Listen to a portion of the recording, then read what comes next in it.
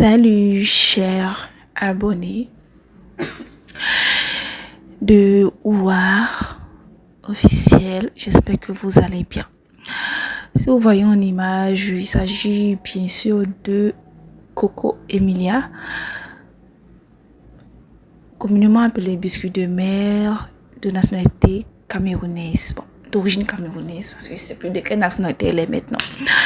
On va parler d'elle, comme vous le voyez, c'est les images de son enfance. Coco Emilia est une influenceuse qui a fait vraiment parler d'elle dans les années, je crois bien 2005, 2006, qui est toujours même d'actualité. Mais malheureusement, son natalité actuelle ne fait pas rêver du tout. Oui, tout le monde l'a connue pour la manière de montrer la vie de bling bling. Elle ne pas du fake, c'était du réel.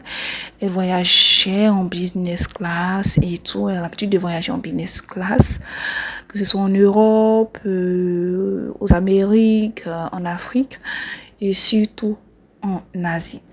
Elle s'est fait connue pour ses trucs glamour. Elle a même passé sur des chaînes internationales telles que Canal+, TV5 et tout. Elle, tout ce qu'elle montre, c'est le lifestyle et tout, comment bien se divertir, vivre sa vie autrement. Elle a été parmi les premières influenceuses d'Afrique francophone à avoir sa maison construite, une maison construite, à vivre dans sa maison à moins de 29 ans. Puis, elle avait déjà une maison, une duplex, tout ça. Elle ne louait pas, hein. Elle n'était pas en location. Sa véritable maison. Et puis, bien sûr, dans sa maison, elle avait un coin qu'elle décorait et faisait ses photos et montrait sa vie, quoi. Sa vie, tout simplement, tout ça. Ici, Coco Emilia est en tenue traditionnelle où elle a été intronisée. Pourquoi on parle d'elle? Voici ces images avec un monsieur qui décapsule sa bouteille de bière, bien sûr, avec ses dents. Qu'est-ce qu'il en est?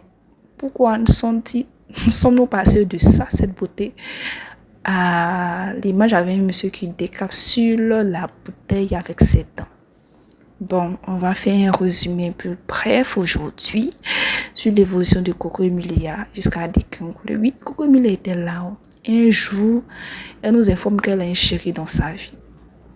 Quelque temps après, elle annonce son mariage en grande pompe avec un soi-disant milliardaire. Quand on dit soi-disant milliardaire, quelqu'un qui est... Donc, le gros caillou arrive comment? Comment gros caillou?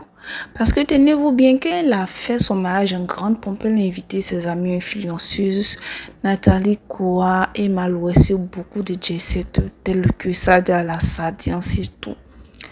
Donc, après le mariage, des révélations commençaient à sortir sur Internet que le monsieur n'est pas un milliardaire.